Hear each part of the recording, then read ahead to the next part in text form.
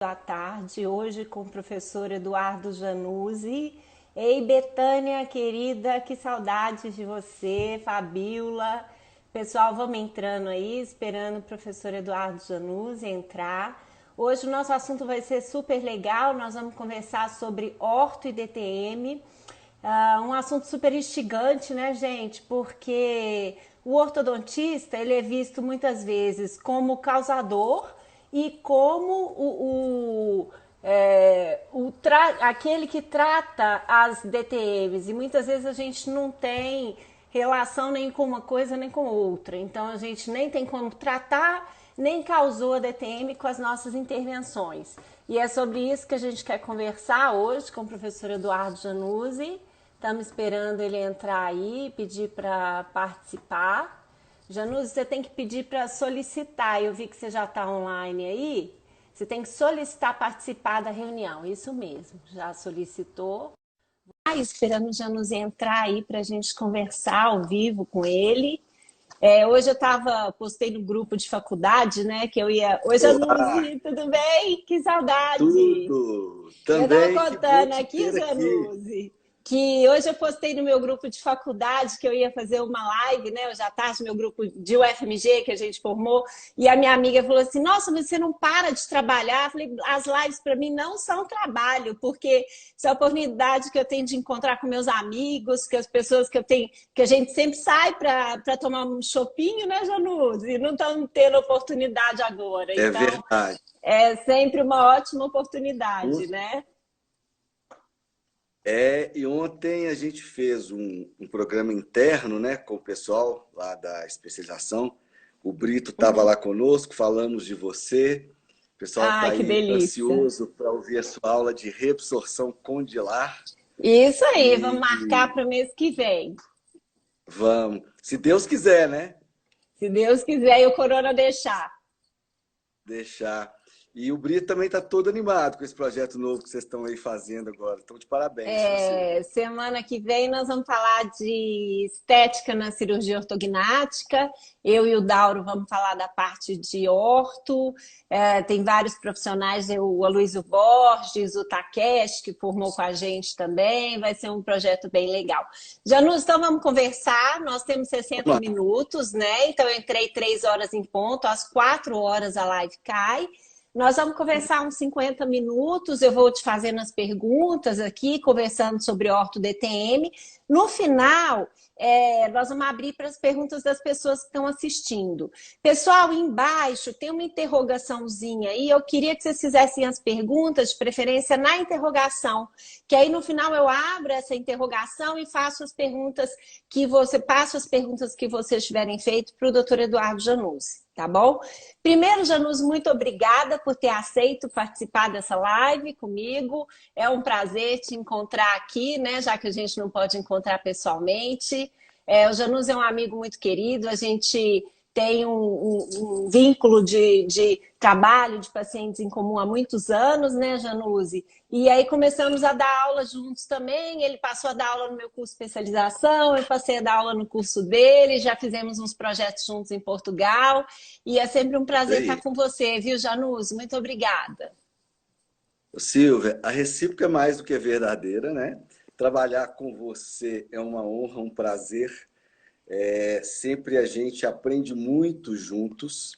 E Com esses certeza. projetos, tanto aqui no Brasil quanto lá em Portugal, eles estão muito aquecidos. Então a gente tem muita novidade nova, né? Muita novidade aí para a gente poder colocar daqui a pouquinho aí para o pessoal, tanto daqui, nossos alunos lá de Portugal estão entrando aí, eles estão participando conosco hoje também.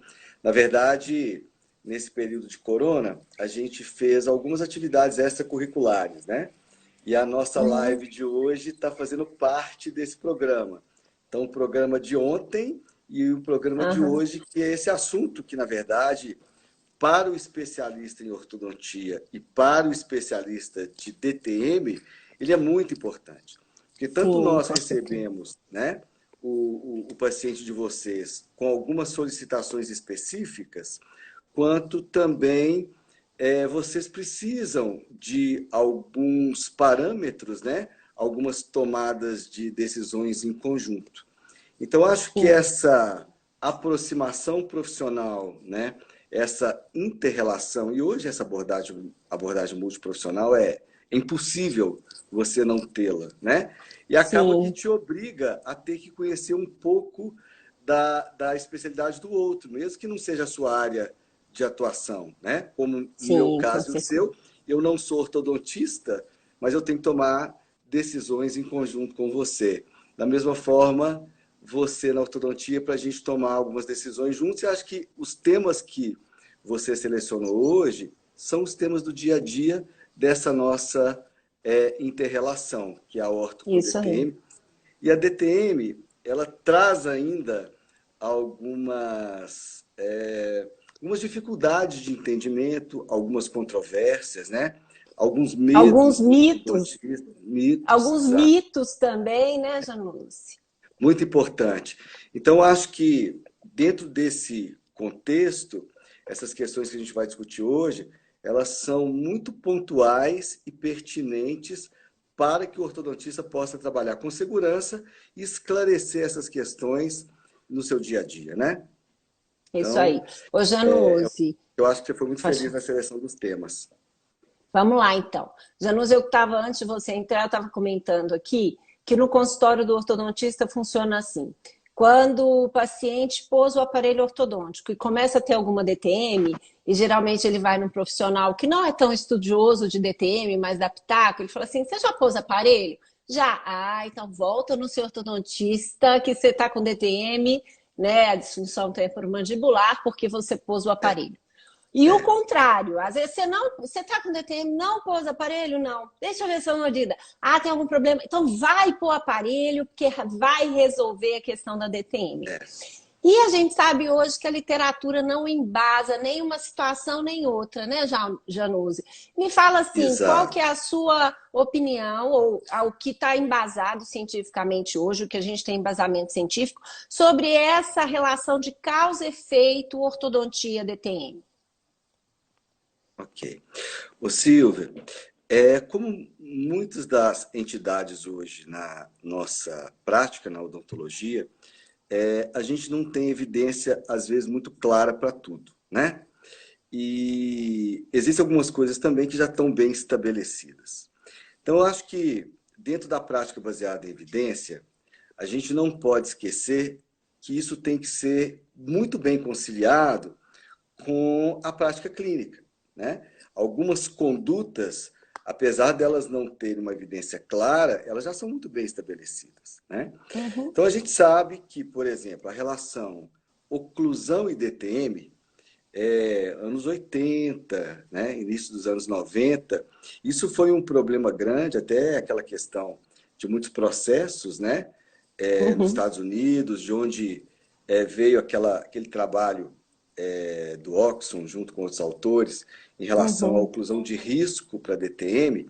E depois veio uma época aí muito que a oclusão não tinha nada a ver com DTM. E, na verdade, existem alguns fatores que têm uma relação e a gente não pode esquecer, a gente estava discutindo ontem as lesões cervicais não cariosas, que tem um dos fatores pode ser uma força indevida, principalmente as forças horizontais, né? Fora o longo eixo dos dentes. E aí você tem hoje outros fatores que podem estar associados com isso. Então, a oclusão, ela tem algum papel, ele é relativamente hoje bem selecionado, mas a gente sabe que não é por aí que a gente trata ou que isso gera uma disfunção temporomandibular. Então, Uhum. acho que junto com outros fatores que o paciente apresenta, eles deveriam ter uma visão de cada fator isolado, de cada queixa do paciente e o que é doença, o que não é doença, o que é apenas algum evento acompanhante. E da mesma forma a ortodontia. A gente sabe que a ortodontia ela não trata DTM, né? A gente não tem ela como uma intervenção de eleição. Ó, você vai colocar um aparelho que Uhum. você tem DTM para corrigir a parte Para feia. sarar. Exato. E outra coisa, não é porque o paciente tem uma DTM que ele tem uma contraindicação do aparelho ortodôntico. Então, uma das coisas que eu venho sempre falando, principalmente quando a gente está trabalhando junto lá na especialização, com seus alunos, ou mesmo com os nossos alunos, ou quando você tem a oportunidade de conversar com profissionais da ortodontia sobre essa questão, eu acho que a ortodontia tem uma falha grande, como outras especialidades têm. É que o conteúdo, né, de DTM, como é a sua preocupação de colocar isso dentro da sua especialização, que é um grande diferencial, é ter a segurança de avaliar bem o paciente no início, onde ele vai começar a fazer um planejamento. Né? Uhum. Muitas vezes se olha muito padrão facial, se olha estética, olha a questão de dentes, doença periodontal, mas se esquece de avaliar o sistema mastigatório. Sim. E o sistema mastigatório não é só dente, né? A gente tem musculatura mastigatória, a gente tem a articulação temporomandibular e a gente tem que ter esse conjunto funcionando bem, né? Então, os parâmetros de normalidade, o que é uma TM normal, o que é uma ATM saudável, o que é uma musculatura mastigatória que está bem, que ela pode receber naquele momento já um tratamento ortodôntico, que não vai ter nenhum problema com nenhum tipo de mecânica. Eu acho que isso é um conforto, uma segurança para o paciente. Então, acho que o primeiro ponto importante disso é o ortodontista avaliar e saber decidir se aquele paciente tem uma ATM que não tem nenhuma alteração que possa comprometer ou trazer algum problema durante o tratamento ortodôntico, né? Se ele está apto para iniciar o tratamento ortodôntico e uma musculatura com ausência de dor, né? Eu vou aproveitar. Posso aproveitar o gancho aí? Ou você quer continuar? Não, então vamos lá. É muito comum a gente receber pacientes no consultório de ortodontista com dores musculares. Aliás, elas são muito frequentes hoje na população, né? Numa situação igual a gente está vivendo hoje, de extrema ansiedade, as pessoas têm muita mais queixo de dores musculares. O que o ortodontista deve fazer quando ele recebe um paciente e ele, ao exame clínico, na palpação, na queixa do paciente, já percebe que esse paciente tem dor muscular, dor de masseter, de temporal? Qual deve ser a conduta do ortodontista? Legal. Eu vou dar um passo, então, um pouquinho atrás e volto na sua questão, tá? Sim. Então, veja bem. Uma coisa quando você recebe um paciente para uma consulta específica de DTM. Por exemplo, quando você, Silvia, me encaminha um paciente que você percebe que tem uma reabsorção condilar, uma perda estrutural, tem um deslocamento do disco, e até mesmo uma dor, né, da musculatura mastigatória, como você está me colocando.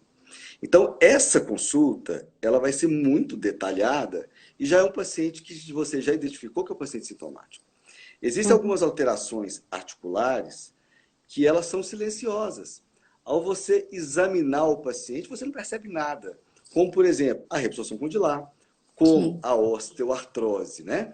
Porque a osteoartrite, que é aquela perda estrutural acompanhada de um quadro inflamatório, o paciente tem uma queixa sintomatológica, ele tem uma restrição na abertura bucal, então já tem alguma coisa que você identifica mais facilmente. Então eu acho, Silvia, que dentro do exame inicial, da mesma forma que vocês pedem radiografias periapicais, ou mesmo a radiografia panorâmica, que muitas vezes não é capaz de identificar pequenas alterações estruturais da cabeça da mandíbula, né, do côndilo, a gente deveria fazer parte de uma avaliação inicial, sabe? Para que vocês tenham a segurança de que você tem uma TM bem, que você não tem nenhuma doença degenerativa, que os processos articulares estão bem. Então, acho que isso seria muito interessante. Associado a um exame clínico adequado, uma palpação da articulação temporomandibular, abrir e fechar, verificar o grau de abertura e, ao mesmo tempo, uma palpação direta simples da musculatura mastigatória, principalmente masséteres e temporais. Uma palpação que a gente faz aí 1 quilo de pressão, procurando bandas tensas, áreas hipersensíveis. Porque se você já identifica ali, você toma a decisão, ou se a ortodontista faz a DTM, já trata previamente, ou se ele precisa encaminhar para uma avaliação mais detalhada ou até um controle inicial para depois retomar ao tratamento ortodôntico. Agora, vindo à sua pergunta, se o ortodontista avaliou e não percebeu algum sintoma inicial, e se durante o tratamento ele passou a ter um quadro de dor muscular, aí eu acho que temos 2 caminhos. Primeiro, numa tomada de história com esse paciente, verificar se isso já era uma queixa passada, né? Uhum. Porque nós podemos ter um evento agudo, uma coisa transitória, pode ter tido um período de estresse, um apertamento diurno, até mesmo noturno, e Uhum. aquilo gerou uma dor muscular transitória. Então, acho que ali você poderia ter a opção de fazer o controle daquela urgência, né? Um relaxante muscular, um programa fisioterápico, orientações. Hoje mesmo, para o apertamento diurno, que é o bruxismo de vigília, nós temos alguns aplicativos, como o Desencoste Seus Dentes, coisas fáceis que vocês possam manejar no dia a dia, sem ter mais uma interconsulta para aquele paciente ter que fazer. Agora, se ele tem aquela dor com uma certa frequência, aquilo vem se repetindo, aí eu acho que tem que fazer mesmo uma avaliação adequada. Às vezes a gente pede para interromper um pouquinho o tratamento, coisas transitórias, ou muitas vezes a gente consegue tratar em conjunto. O que se faz hoje Uhum. muito para dor muscular? Algum relaxante muscular. Vamos supor que eu não iniciei o tratamento ainda. Ele chegou para mim para tratar com uma oclusão e eu já identifiquei a dor muscular.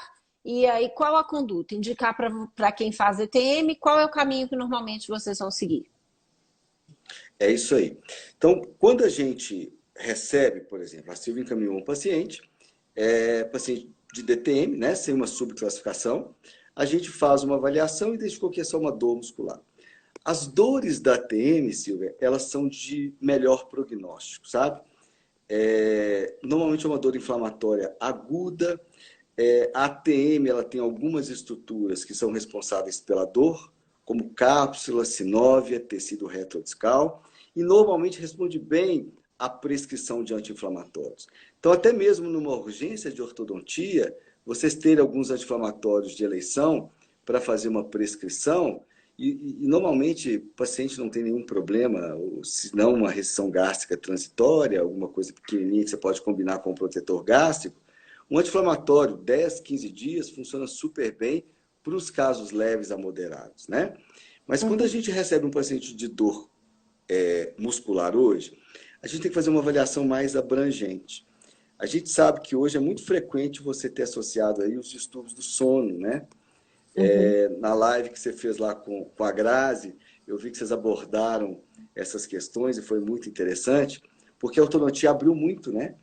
Uhum. Vocês têm que ter uma visão muito ampla e essas Sim, relações, principalmente o ortocirúrgico, os pacientes de apneia, tem que estar muito alerta a essas alterações. Hoje vocês podem trazer outros benefícios, né? Outros ganhos sim, sim. com doenças comórbidas. Então, o que a gente tem que investigar nessa questão da dor muscular é se essa dor muscular ela tem uma outra causa, né? Se você tem aí associado com isso um distúrbio do sono, se esse paciente tem um bruxismo secundário que possa estar associado também a uma apneia, até mesmo o nosso planejamento depois ele veio para dor muscular, eu posso trazer de volta e falar assim, olha, esse paciente tem uma dor muscular, ele dorme mal, tem um bruxismo secundário por apneia. Você tem aí um planejamento ortocirúrgico? Você já chegou a Sim. conversar com o cirurgião? Como é que vocês estão pensando em conduzir esse caso? Então, a própria dor muscular, em que a gente tem uma abordagem, se ela é crônica, com fármacos que vão melhorar a modulação central, um programa fisioterápico associado, mas a gente tem que perceber sono e como é que nós vamos conduzir isso junto, né? Porque a gente sabe que o Uhum. bruxismo do sono hoje, o bruxismo secundário, a gente tem que ter uma atenção muito forte para refluxo, insônia e apneia. Então, esses Sim. três eventos, eles são importantes. E a apneia, ela pode estar muito ligada com os benefícios que vocês podem trazer, né? Numa pesquisa aí das vias aéreas. Então, acho que essa atenção é importante. Sim, Seria isso? é, seria isso. Outra coisa, e os estalidos? Os estalidos também são muito frequentes nos nossos pacientes. Eu posso colocar aparelho num paciente que tem estalido sem nenhum outro sinal e sintoma? Tem alguém me sugerindo o Brookshap. Brookshap também é importante como desencoste seus dentes. É um outro. É um Nós outro vamos discutir aplicativo que mais tem a a mesma função. aplicativo. Ô, Silvia, estalido é muito interessante. Quando a gente teve aí década de 70, anos 80, e algumas vezes até hoje, A gente vê na literatura que estalidos assintomáticos, eles não requerem nenhum tipo de intervenção. Esta é uma linha que a gente entende quando a gente percebe que você tem uma boa adaptação. Então, vamos falar um pouquinho agora de ATM, né? Então, a articulação temporomandibular, ela é uma articulação sinovial, como todas as outras articulações sinoviais, né? O Brito ontem chamou atenção para joelho, para ombro, o Pedro quando falou de viscossupramentos também, porque as articulações sinoviais, elas requerem movimento, e o movimento ele requer a lubrificação. O líquido sinovial, ele é muito interessante. Ele tem um papel fundamental nas articulações, agora eu vou trazer ele para a ATM. Ele hidrata, ele nutre, ele lubrifica, ele absorve impactos, né? Então, ele tem uma série de papéis, ele controla e protege nociceptor, ele minimiza eventos degenerativos.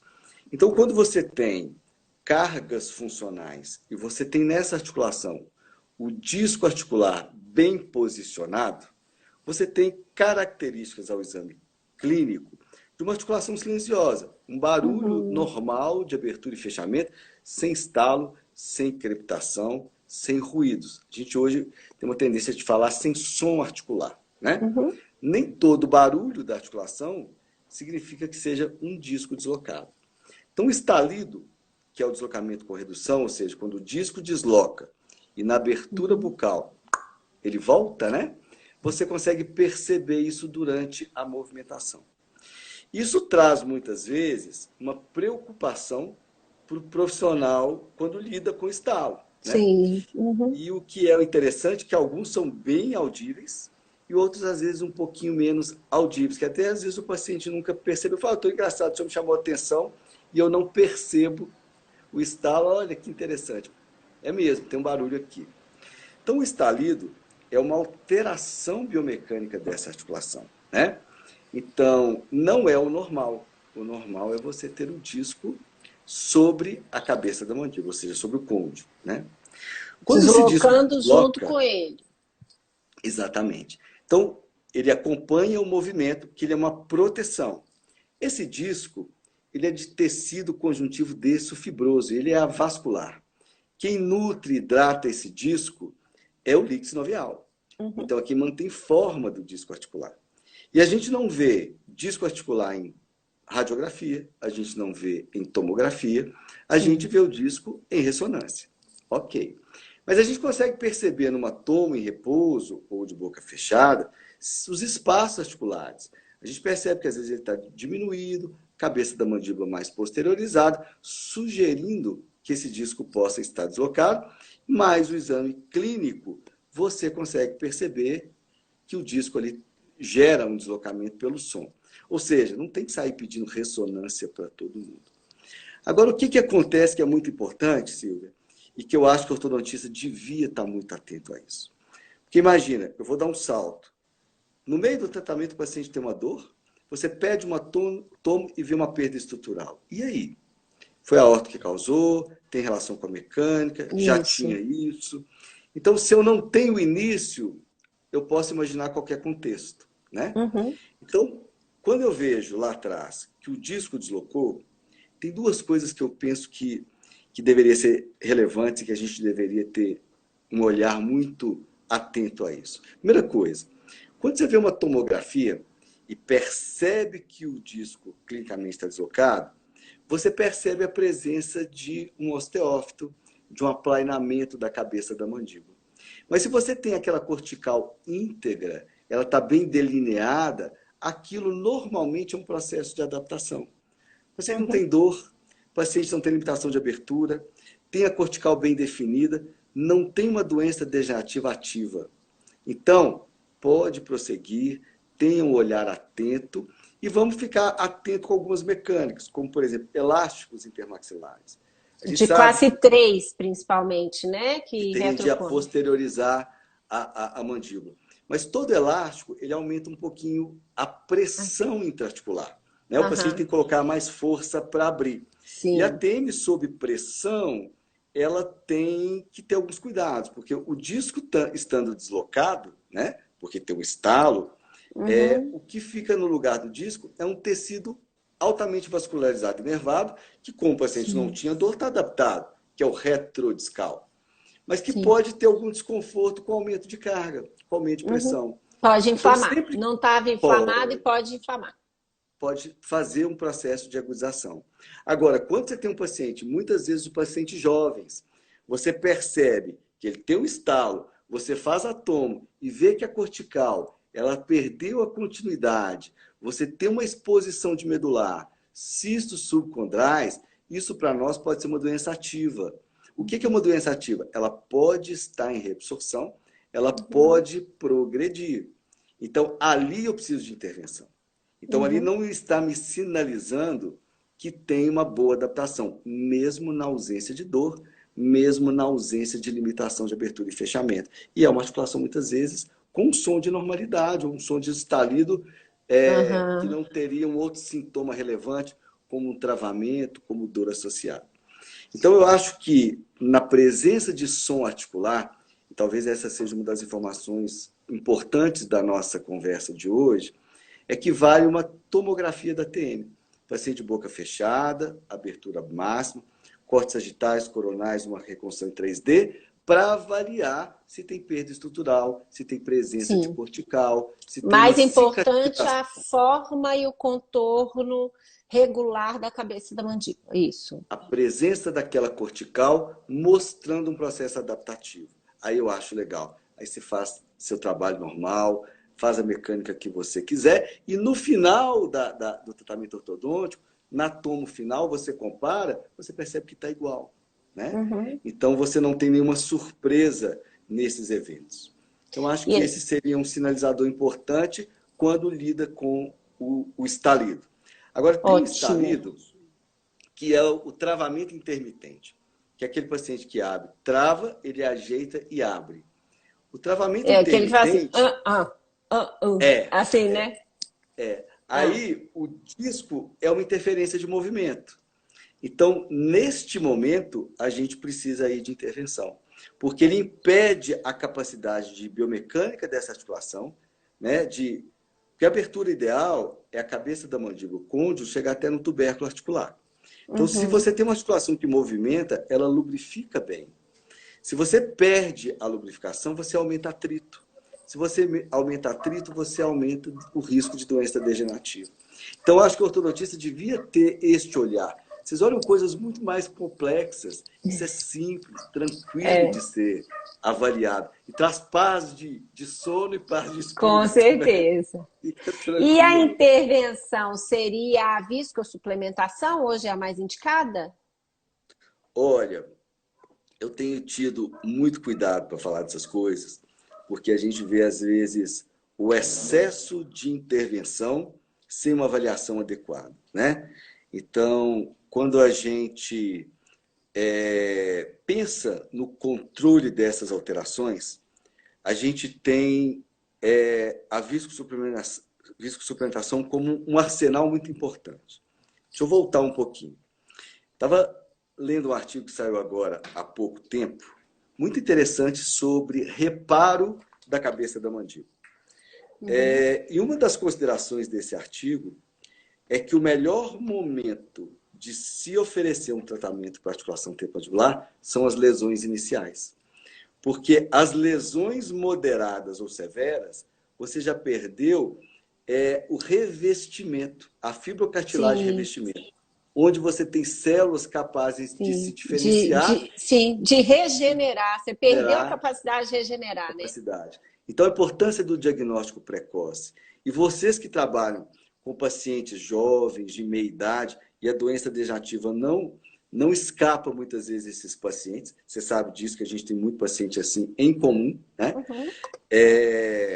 Seria uma ótima oportunidade de você trabalhar aquela articulação. E uma coisa que a gente vê cada dia mais é que as técnicas regenerativas da TM têm crescido muito a questão de pesquisa. E a viscosuplementação, quando bem selecionada, quando bem indicada, e nos casos leves a moderados, você tem a chance de ter um ganho estrutural. tem um reparo na cabeça da mandíbula de 20 a 30%. Eu gosto muito de transferir isso para a pele. Você imagina que você tenha uma perda de altura, que é a coisa mais difícil do mundo de você conseguir ganho. Você Sim. imagina você ganhar periodontalmente de 20 a 30% Muito de altura significativo, óssea. né? Sonho de consumo, né? E é o que a gente consegue, muitas vezes, se bem estabelecido com a técnica da viscosuplementação. Explica Agora, para os ortodontistas aí, por favor, o que é a viscosuplementação, porque eu tenho certeza que seus alunos que estão vendo a gente conhecem, mas os ortodontistas muitas vezes não sabem o que é. Por favor, explica tá, aí rapidamente para a gente. vamos lá. Ah, Silvia, é assim, eu falei um pouquinho antes do líquido sinovial, né? A importância do líquido Uhum. sinovial. E uma coisa que eu não falei, que eu queria falar ali, é que o disco deslocado, para sempre deslocado. E aí o Brito é um grande aliado nosso, né? Porque como cirurgião, e cirurgião de mão cheia, como se diz, né? Como é, ele tem uma visão clínica da articulação temporomandibular, um carinho, um cuidado por essa articulação, que Uhum. nós sabemos como é, né? Ele ontem falou de cirurgia de ATM para o grupo, ele falou de artroscopia, falou de artrocentese, mas ele fala assim, ó, oh, Janus, você sabe, né? Eu opero um casinho ou outro porque vocês não mandam para mim. Quando mandam que é cirúrgico mesmo, porque o tratamento minimamente invasivo funciona muito bem. E dentre Sim. eles, a viscosuplementação, né? É. O que acontece? Quando você tem o disco deslocado, o disco ele não tem uma capacidade de ser recolocado no lugar, porque ele altera a forma, ele perde os ligamentos que o mantém.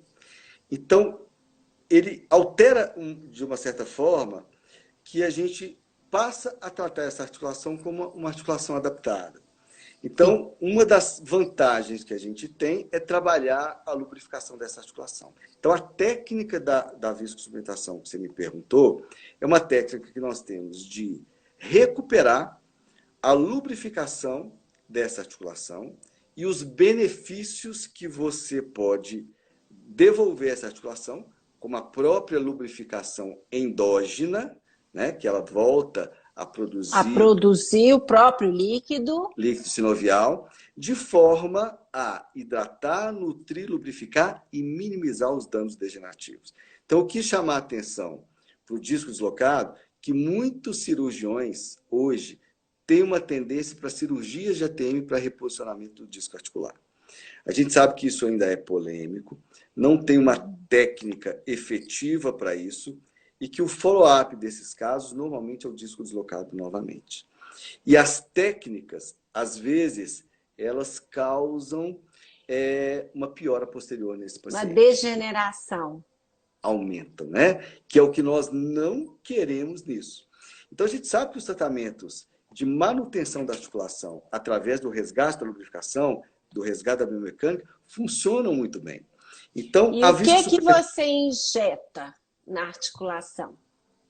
Ok. Então, respondendo diretamente a sua pergunta, a viscosuplementação é uma técnica que você infiltra no compartimento superior ou no compartimento inferior, ou em ambos da articulação temporomandibular, um líquido sinovial sintético, vamos dizer assim, ou seja, um próximo, né, ao líquido sinovial fisiológico, que é um produto à base de ácido hialurônico. Nós sabemos É o que mesmo ácido hialurônico que usa nas infiltrações, nos preenchimentos? não, foi ótimo você ter Não dito é o isso. mesmo. Não, completamente diferente. Porque os produtos de preenchimento para estética, eles têm uma composição diferente, porque o intuito deles é permanecer ali o máximo de tempo possível, mantendo, né, aquela estética.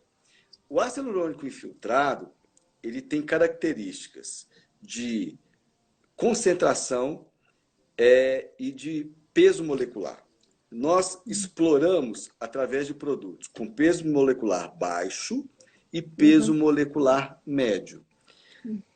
As estratégias de resgate, a gente faz a alternância de peso, porque o peso molecular baixo ele tem uma característica de sair do meio intraarticular, seja no compartimento inferior ou no superior, ou em ambos, e ir até o meio intercelular, de forma que ele possa estimular sinoviócitos do tipo B, que são fibroblastos especializados para trabalhar a lubrificação, e também nos condrócitos, para que eles possam fazer um reparo de fibrocartilagem quando você deseja, ainda tendo estrutura para poder estimular.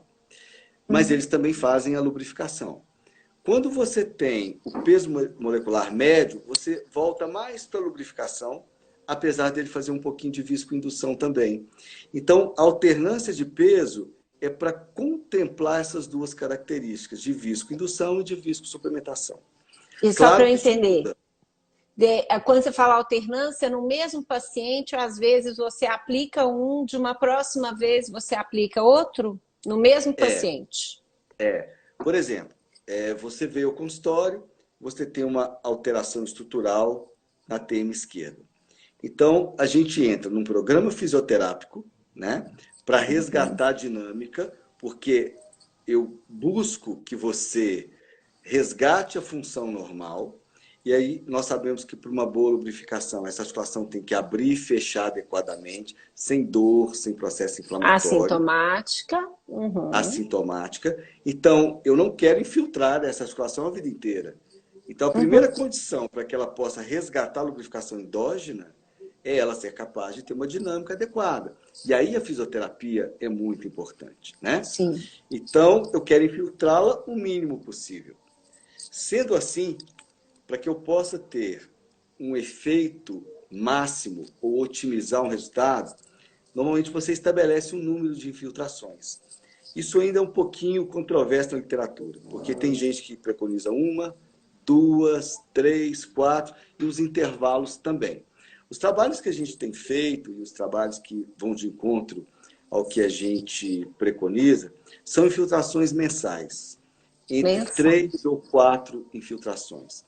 Então, só voltando para os ortodontistas, se o paciente estiver assintomático, eu já posso estar de aparelho, assintomático eu falo controlado, ele já pode estar de aparelho, você infiltrando e ele fazendo fisioterapia?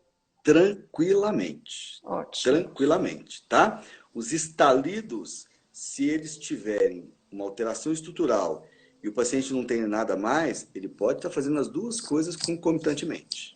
Tá? As 3, físio, as aplicações e a ortodontia.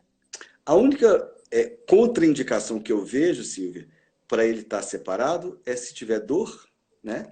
Limitação da abertura bucal ou a necessidade de placa oclusal que possa atrapalhar um pouco. Sim, limita. O andamento. Fora isso, ele pode estar trabalhando nos dois tranquilamente, né? E é o que normalmente acontece.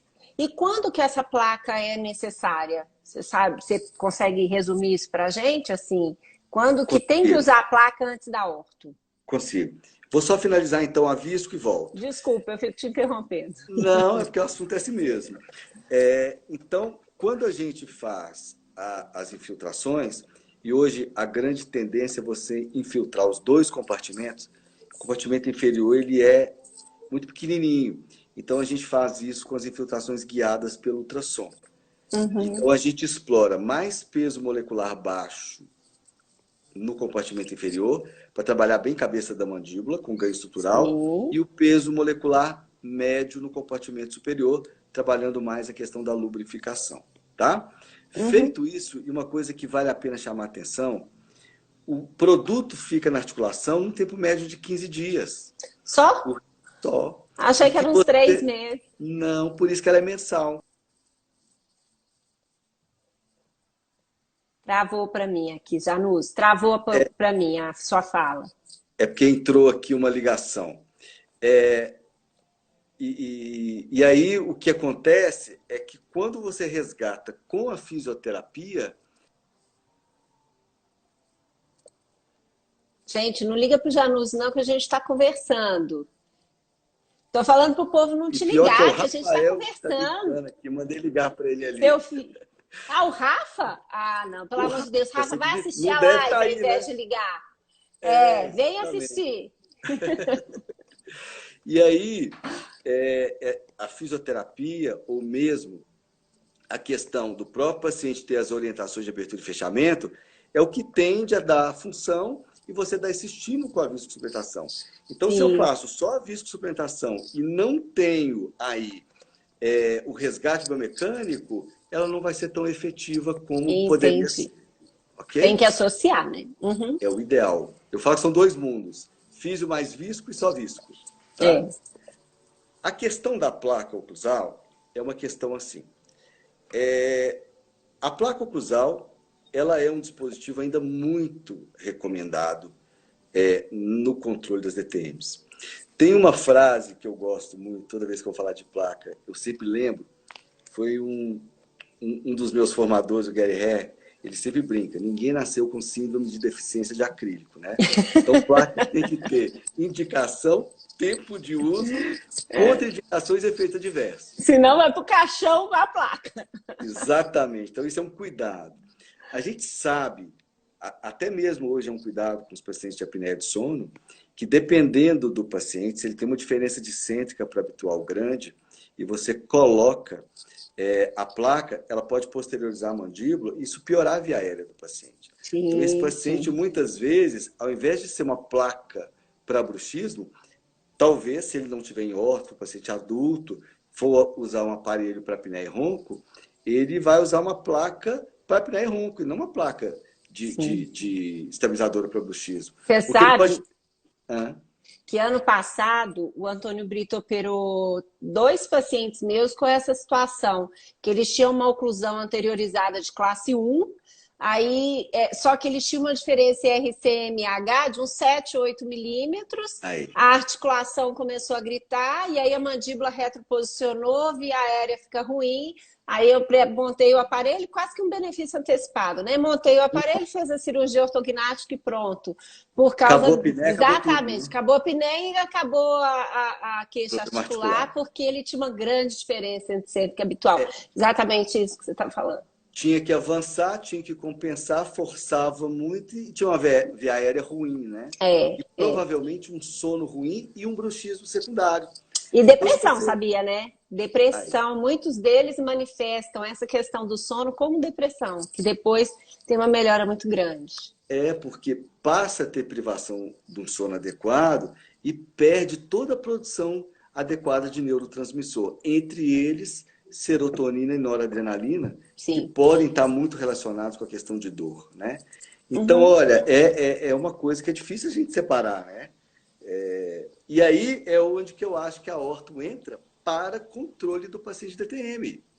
Então, são Uhum. os casos, esse é um caso específico para a ortodontia, não é? Porque você traz todo o benefício e devolve para ele, não Sim. só função, mas saúde. Então, eu acho Isso. que isso é Plena, né? Em todos os fundamental. aspectos. Então, a gente tem que ter cuidado quando falar que orto não trata DTM. Você acabou de me dar um exemplo de onde a Com a orto trata cirurgia. DTM.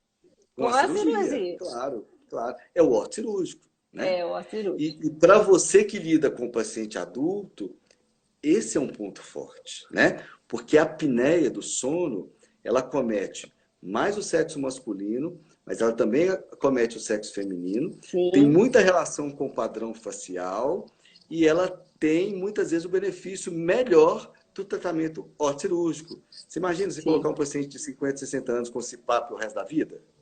Tem Pois que é. pensar. É igual a placa, né? Pior que a placa. Antes fosse só a placa, Pior. né? Pior. E as alterações oclusais que vêm disso, né? As alterações de uso de longo prazo. Então, eu acho que vocês abriram muito o leque para essas outras condições, que não é só mais a estética, é a questão de saúde, de doença e complementos de outras especialidades, né? Então, eu acho muito legal. Então, voltando à placa, a gente tem algumas indicações clássicas, por exemplo, o travamento intermitente, a placa reposicionadora para nos ajudar com a fisioterapia, a viscosuplementação. Quando Quando você você fala quer, reposicionadora, ela tem avanço, tipo a placa de bruxismo? ela é topo a topo de incisivo, Uhum. normalmente, porque o paciente que nessa posição, normalmente ele alcança o disco, ele abre e fecha sem o travamento. O Rafa entrou aí agora Ô, E Rafa, você Rafa, está me para de deixando ligar, apagando viu? aqui, viu? É.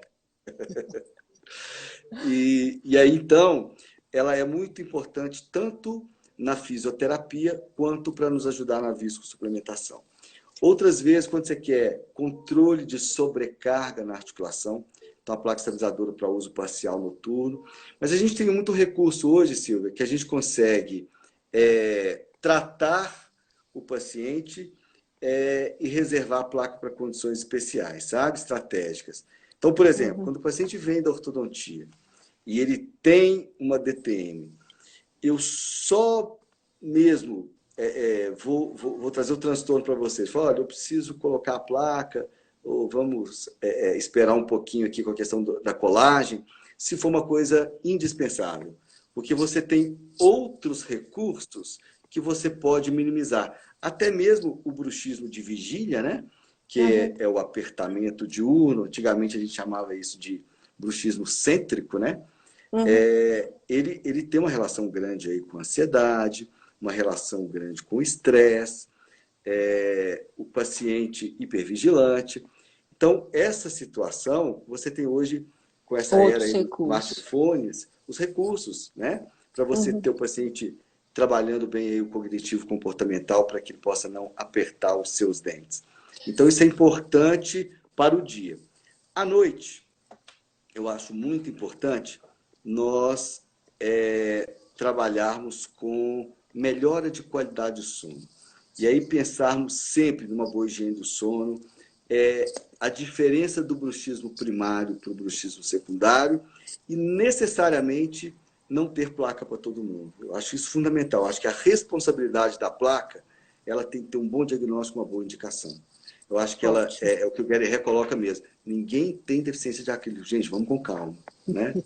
Acho que é por E aí. aí, Janus, eu sou doida para assistir uma aula sua que você fala sobre as indicações da toxina botulínica no tratamento de pacientes com DTM, bruxismo. A gente está com um tempinho curto, mas fala um pouquinho para a gente disso, por favor. Quando que você Quanto tempo recomenda? nós temos? Voou, hein? Nós temos 13 minutos, mas depois, assim, se a gente tá bom, a gente pode cair, entrar de novo, sem problema.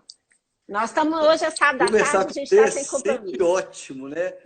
Passa rápido, né? Passa A última vez rapidinho, que a mas gente não tem sentou com problema. calma foi junto com o Sérgio Carmelo, né? A gente Foi almoçou junto aquele mesmo. O dia da Sérgio sua Carmelo aula. falou que ia estar aí. Eu não sei se ele está. Se tiver um beijão para você, né? Ô, Silvia, olha só, toda especialidade, né? Ela tem o seu momento polêmico. A toxina botulínica, ela é hoje um ponto polêmico dentro da DTM do orofacial. Eu tenho tido a oportunidade, junto com a Grazi, da gente se aproximou muito do pessoal da harmonização orofacial. Nós Uhum. falamos ano passado naquele congresso em São Paulo, que é o FACE, que é um Lembro grande disso. congresso da harmonização. É, Felizmente, a gente foi convidado esse ano de novo. O congresso foi adiado agora devido a esse momento nosso para Eventos. fevereiro. Achei legal para falar do tema viscosuplementação, né? Mas a gente tem conversado, até escrevemos um artigo agora para lá e vamos escrever alguma coisa de toxina botulínica também, porque eu costumo dizer que é o uso racional da toxina botulínica, né? A toxina ela é largamente usada na estética e ela tem outro conceito, tem outros motivos para ser indicados do que na determinadora orofacial. A, a neurologia, a cefaliatria, eles usam um protocolo chamado PREMPT, que é um protocolo utilizado com toxina botulínica. Pra você tem ideia, usa-se quase 1,5 vidro de toxina para o paciente de migrânia crônica. É aquele Uhum. paciente que tem uma enxaqueca não responsiva ao tratamento clássico e que você tem pontos específicos, unidades específicas para você aplicar a toxina, para Uhum. você minimizar e ajudar o controle farmacológico da toxina. Não se usa só toxina, ok? Baseado nisso, infelizmente, eles me convidaram na época para escrever a indicação da toxina dentro da DTM, fazer uma revisão, análise comentada de um artigo que saiu de paciente DTM com cefaleia. E a gente daí partiu para alguns trabalhos de toxina em DTM. Quando você vai pesquisar isso, a toxina em dor, ela tem alguns benefícios que só ela tem. Então, alguns neuropeptídeos de dor que são liberados na periferia, como substância P, CGRP, que é uma substância vasativa, elas são bloqueadas perifericamente quando você aplica a toxina. Só que você não consegue isolar o efeito dela na acetilcolina, que é a contração do músculo, né? Por isso que ele trabalha nas marcas de expressão, você não contrai, do efeito dor. Então, quando vem junto, né? Vem junto. Não tem como. Tanto é que quando você vai aplicar para dor, você tem que ter o cuidado estético, né? Então, quando você tem dores neuropáticas, como as dores pós-traumáticas, as dores neuropáticas e as dores crônicas, como a dor miofascial, você tem hoje o uso crescente da toxina para isso. É uma coisa ainda que na DTM é um momento ainda de pesquisa. Ele já é muito bem estabelecido para a migrânia crônica, ele é nível 1 de evidência para a neurologia, a cefaliatria. Ele tem um bom resultado em conjunto com o farmacológico para dores neuropáticas, mas ainda tem um estudo crescente, uma tendência boa, forte. A gente sabe que vai acontecer para a dor musculoesquelética crônica. Mas, assim, tem que definir número de unidades, diluição, tem muita coisa para poder trabalhar com responsabilidade. Pulando disso para o bruxismo, a gente sabe que a toxina ela não tem uma indicação para o bruxismo, tá? Essa é uma briga que se tem aí com a harmonização, com o uso indiscriminado da toxina botulínica. Nós não estamos falando de assimetria facial, nós não estamos falando de estética, de linhas estamos falando para o bruxismo. Porque a contração muscular no bruxismo é o ponto final. Então, você tem que trabalhar na causa. Por exemplo, não adianta fazer toxina se ele tem lá a apneia do sono. Tem que trabalhar na apneia, porque ele vai tratar o bruxismo. Você tem um refluxo gastroesofágico, você tem que identificar e tem que tratar. Então, onde é que eu acho que a toxina ela poderia cair bem em casos pontuais de bruxismo, por exemplo? Você imagina que você tem um paciente que está destruindo os dentes, no seu caso, destruindo o aparelho ortodôntico, você fez um diagnóstico de apneia, ele vai para o ortocirúrgico ainda, vocês estão preparando ele aí para ir operar, e ele tem o uso para CPAP, ele não usa, não colabora com CPAP. Você fala, Eduardo, dá para fazer um pouco de toxina nesse paciente para assédio temporal, ou até mesmo pterigoide lateral, para poder diminuir essa atividade até ele poder entrar em cirurgia lá com o Brito e minimizar isso? Silvia, tem. Então, acho que aí é um caso pontual, onde a gente vai fazer uma aplicação até que ele possa ter o tempo adequado para ele. Agora, indicar a toxina para o bruxismo, esse é um erro de diagnóstico e tratamento. Tá? Não sei se eu falei que eu não ia, sim, eu falei que eu não ia responder as perguntas, mas tem uma aqui relacionada a isso, que eu já li isso na literatura também, que pode, o uso indiscriminado do bruxismo da toxina para o bruxismo pode gerar uma osteopenia, uma perda óssea na região. Isso procede? Procede. Os estudos em animais, principalmente, alguns relatos de caso, eles acusam perda de cabeça da mandíbula, rebordo alveolar e ângulo de mandíbula, mas para aplicações repetidas.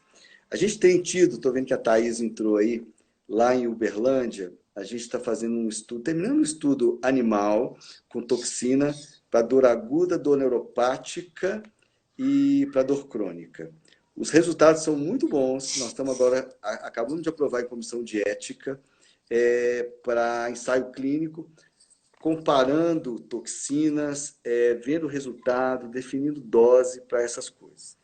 Então, um dos efeitos indesejados mesmo nas aplicações repetidas é essa perda. Essa é uma outra responsabilidade que a gente tem que ter cuidado com as indicações indevidas, né? Como todo fármaco, né, Silvia? Tem efeito desejado e efeito indesejado. Antidepressivo para dor crônica. É legal, mas dá sonolência, dá boca seca. pode dar constipação intestinal. Então, você tem que ajustar a dose e sempre ponderar custo-benefício, né? Se a balancinha do benefício é maior, está bem indicado. O Eduardo, não vou ter pressa, porque a nossa conversa está tão boa que a hora que cair a gente vai entrar de novo, tá bom? Eu entro, Tá você bom, pede para entrar, a gente responde as tá perguntas, porque eu bom. não acabei minhas perguntas ainda não. Sabe o que Fico que eu feliz. queria comentar com você, Eduardo? Essa questão, por exemplo, da toxina botulínica para os nossos pacientes. Nós já tivemos com o Brito e com o Pita lá em São Paulo, algumas situações do paciente que faz muito apertamento e ele opera a maxila e pós-cirurgia ortognática, ele tem uma fibrose da maxila. É uma Uhum. situação extremamente complicada, porque essa maxila fica solta, ela não sofre, né, não forma o calo ósseo e tem que reoperar esses pacientes. E a gente, até por um processo intuitivo, estava fazendo a aplicação, indicando a toxina botulínica nesses pacientes para evitar que ele operasse sob um processo de apertamento. Você acha que isso faz sentido para esses Ô, pacientes? Silvia, eu vejo isso da mesma forma, eu vejo com bons olhos, porque é uma aplicação pontual, né? É uma aplicação que vai acontecer num preparo pré-cirúrgico. Como se sabe que o prejuízo da cirurgia pelo excesso de força, agora, eu acho que esse paciente tem que ter uma outra avaliação. Qual é a causa do apertamento dele? Ele tem um bruxismo primário ou ele tem um bruxismo secundário? Então, a gente tinha que avaliar isso, porque não é o normal de um ciclo de sono você ter um paciente com um evento de bruxismo significativo, né? Uhum. Então, a gente sabe que tem uma atividade mandibular muscular rítmica dos músculos mastigatórios, que ela é pontual, que ela é importante para a lubrificação da orofaringe. Agora, quando isso aumenta, por exemplo, ansiedade, estresse, uma noite de sono ruim, ela transitoriamente pode acontecer, mas aquilo tende a voltar ao normal. Se esse indivíduo tem um bruxismo de vigília e aperta muito o dente durante o dia, a gente tem que pensar se tem um fator de ansiedade grande, que é o principal componente, uma situação de estresse, É. trabalhar os aplicativos e não depositar tudo só na toxina. Tá certo, independe da vontade dele, não vai atrapalhar Não, minha é. cirurgia. E você imagina que ele faz isso operado, né? Então ele está recuperando de uma cirurgia, numa questão de estresse, de edema, de parestesia que dificulta ele ter esse controle. Claro. Então, isso é uma Então eu coisa vejo, mais difícil. não vejo nenhum problema um protocolo desse. Agora, uma coisa que é legal é estabelecer o número de unidades de diluição, porque às vezes se exagera. Eu vejo, por exemplo, para masseter, numa situação como essa, selecionar 3, 4 pontos, distribuir aí 5 unidades por ponto, você não traz grandes prejuízos. Trabalhar temporal, isso é uma coisa transitória. Agora, do que fazer aí, como a gente vê, a gente 80 unidades no masseter, eu acho que aí é demais. Porque a Quantas unidades você repetição, recomenda? em torno de 5 unidades por ponto. Só. 3, 4 pontos É, só. eu ouço Não bem precisa. mais. Tá? Tá? Deixa E eu só dar umas orientaçõezinhas aqui. A live ó, vai ficar gravada, tá? 24 horas nos meus stories. A Lili falou que as perguntas vão sumir. Eu já fiz um print das perguntas, as que estão na interrogaçãozinha. Então, nós temos mais um minuto aí. Quem quiser colocar a pergunta, eu posso fazer um print ainda antes de desligar. Daqui um minuto, Eduardo, vai cair. A gente pode continuar conversando.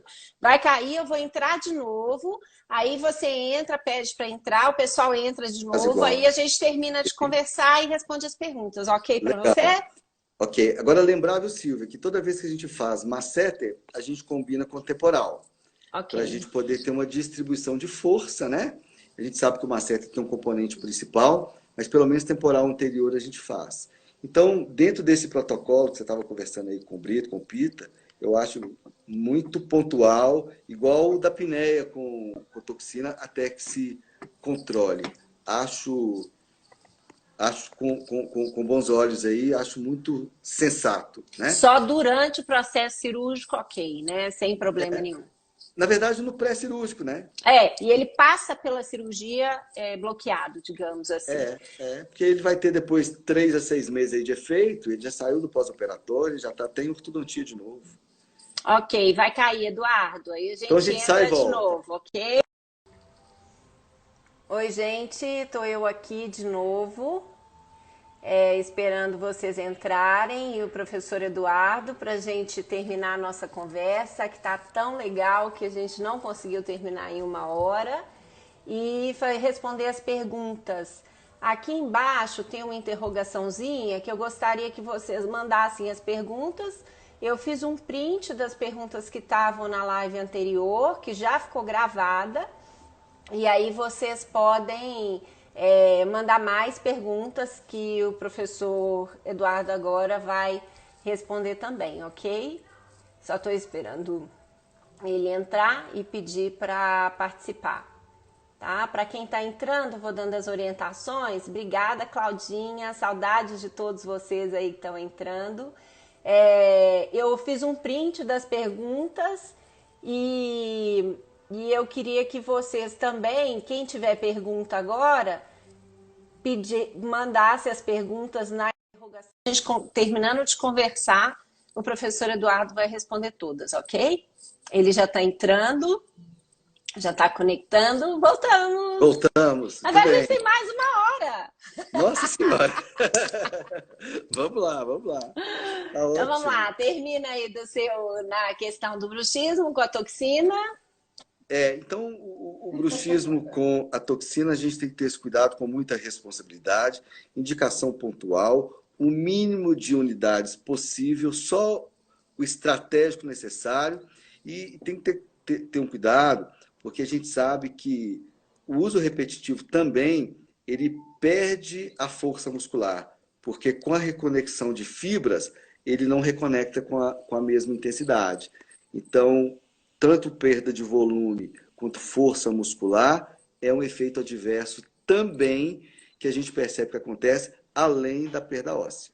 Tá? O Eduardo, quantas vezes aplicado, o que tem na literatura em relação ao número de vezes que repetidamente aplicado causa esse problema que você falou? 3 vezes, 4 vezes? Como que é isso? O que a gente estava vendo na literatura, e até a gente está tentando ver nesse trabalho animal, é que se você der um tempo para aquela musculatura voltar a ter uma força, a funcionar normal, normalmente essa perda se recupera. Então, o ideal é que não seja ideal, né? O ideal é nenhuma, né? Fazendo disso uma aplicação anual, você minimiza os efeitos. 2, não mais, tá? No máximo 2 por ano. No máximo, ideal, 1 ou nenhuma, né? Agora, isso deixando a função acontecer de novo, isso remodela. O problema é que eles fazem uso repetido, então você não volta à função normal, isso não remodela. E outra coisa, a força muscular também ela pode ser alterada. Então, tem que ter esse cuidado para evitar o uso repetitivo. Tá? Eu tenho uma última pergunta. Diagnóstico e indicação. Como tudo, né, Eduardo? Como tudo. Eu tenho uma última pergunta para você, antes da gente responder as perguntas do pessoal, Tá bom. né? Por favor, gente, de preferência, manda as perguntas na interrogaçãozinha aqui embaixo, que fica mais fácil depois de eu ler para o professor Eduardo responder. Eduardo, a gente, como ortodontista, está tendo uma demanda cada vez maior de pacientes procurando o tratamento com alinhadores. Muitos pacientes, eles não querem colocar brackets, eles desejam, mesmo que com alguma perda em relação ao resultado, eles preferem os alinhadores, né, que, ao meu ver, são limitados em algumas situações, mas eles abrem mão do resultado final para ter um aparelho que é mais estético, mais confortável, mais higiênico. Em relação ao paciente com DTM, e sabendo que bruxismo não é DTM com bruxismo, quais os cuidados ou as contraindicações que a gente tem que ter no paciente ortodôntico que vai fazer uso de alinhadores? Essa pergunta é ótima, né? Ô, Silvia, nós estamos fazendo um trabalho junto com a doutora Leilane, lá do Rio, uma ex-aluna, e que veio participar conosco agora do grupo de pesquisa, nós fizemos um levantamento sobre esse tema. Nós estamos fazendo uma análise crítica da literatura e a gente quer publicar alguma coisa sobre isso, que é um tema relevante, né? E tem tudo a ver com a nossa interface, que é a Orto DTM. Quando você faz, a gente está ainda avaliando bem esses estudos, mas quando você faz uma análise crítica, é como tudo que a gente tem normalmente na literatura. Os estudos, eles apontam as duas coisas, né? Então, eles têm um certo grau de controvérsia. Tem alguns que apontam que diminui o bruxismo, tem outros que apontam que aumentam, tem uns que diminuem sinais e sintomas, tem outros que aumentam. Então, ainda há uma controvérsia nisso.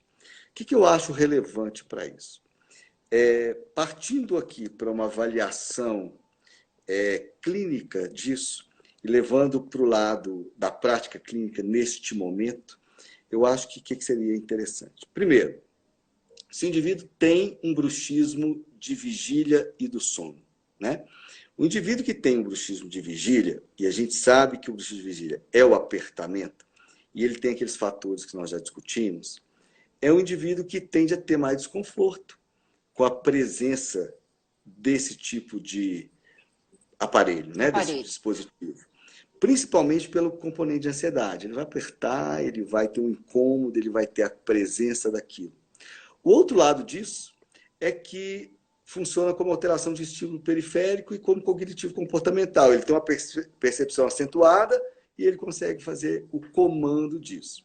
Então, o perfil do paciente, se ele tem um bruxismo de vigília, é um indicativo para você ter um pouco mais de cautela, de cuidado e conversar isso com ele, né? De forma que ele possa entender, usar os aplicativos, desencosta seus dentes, ele programa aquilo para tocar, para vibrar, vai tendo uma conscientização, vai trabalhando o cognitivo, o comportamental, para que ele possa estar atento e não contribuir para a intolerância àquele tipo de dispositivo. E aí, só completando, desculpa te interromper, como ortodontista, né, orientar o paciente, né, Eduardo, para ele não ser surpreendido durante o tratamento com uma dor muscular que às vezes ele nunca sentiu ou sentiu em determinado momento, agora voltou. E que passou a ter porque passou a ter um bruxismo de vigília ativo, excessivo, em função da presença de alguma coisa que o incomoda, né? A outra coisa é exatamente o que você disse. Se ele tem sinais e sintomas de DTM prévios. Isso não é só perguntando, porque algumas coisas ele não percebe e quando você palpa aquela musculatura, você percebe que ele tem algum ponto álgico naquela musculatura. Então, para esse indivíduo, se você quer trabalhar com alinhadores, trate aqueles sintomas, oriente aqueles sintomas antes. Esse é um sintoma muscular ruim de você tratar associado, principalmente com esse tipo de dispositivo, né? Sim. Onde ele tem a presença do dispositivo que já gera um desconforto. E o outro é trabalhar o bruxismo do sono.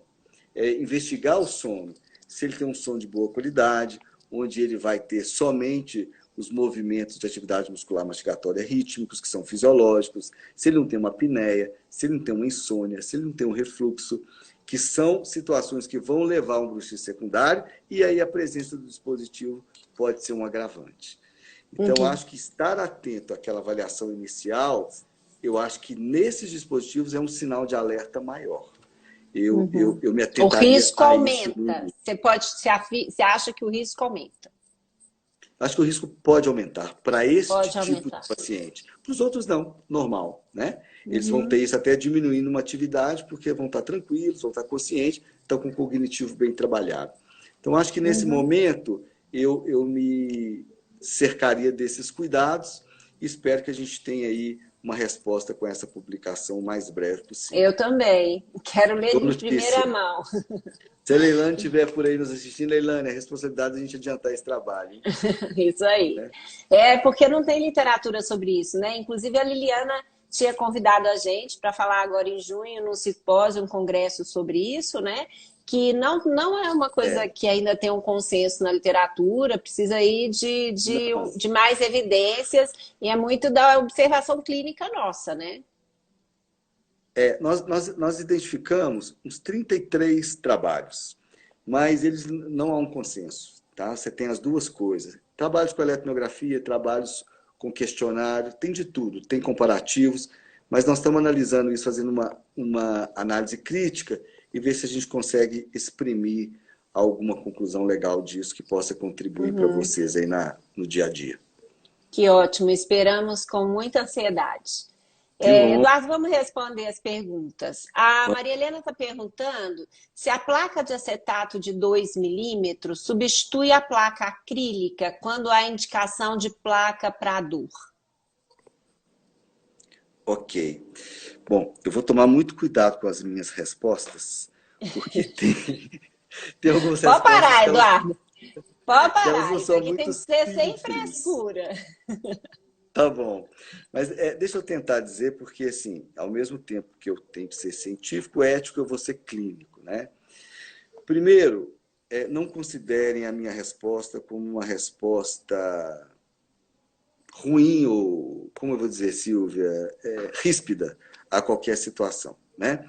Porque placa, ela não faz diagnóstico, tá? A placa, ela é um tipo de intervenção. Igual você faz o fármaco, você indica a placa, você indica a toxina, você indica a suplementação. Então, a placa para DTM, e a DTM a gente divide, né, em muscular, articular e subtipos.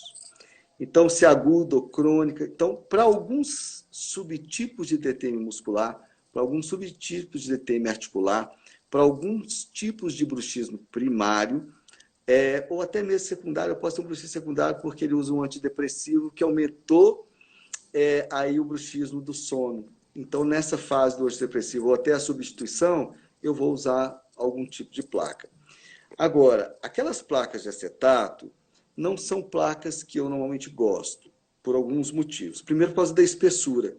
A espessura de placa, normalmente a gente usa uma placa de 3 milímetros. Mas você pode ter placa de 1, placa de 2, não há nenhum problema. E prefiro as placas prensadas, mais higiênicas, mais bonitas, mais duráveis. Mas a placa de acetato de 2 milímetros, se ela tiver todas as características de uma placa ideal, ela pode ser usada sem nenhum problema. Tá? Como é que são as características? Se for a placa estabilizadora, arco superior ou arco inferior, todos os dentes tocam em máxima intercuspidação. Tá? Idealmente, desoclusão pelos caninos e a guia anterior pelos caninos ou pelos 6, respeitando os princípios Nunca de os oclusão 4. protegida. Nunca os 2 só da frente. Pode ter só a protusão dos 2, só canino. Só centrais. E só centrais, não. Se puder ter canino junto, é o ideal. Tá? Se for só centrais, não tem problema também, porque tem um conceito atual hoje que você pode ter placas sem guia. Não gosto muito, não. Mais para as DTMs articulares. Mas, se for bem distribuidinho, desoclusão pequena, se tiver uma sustentação boa dos incisivos, tudo bem. Não há nenhum problema. Agora, não pode ter uma guia muito íngreme, né? Que faz um levante muito grande. Sempre suave, desocluindo o posterior o mínimo possível. Mas o recomendado é ou só canino ou 6, tá? E eu vou continuar na pergunta aí da Maria Helena.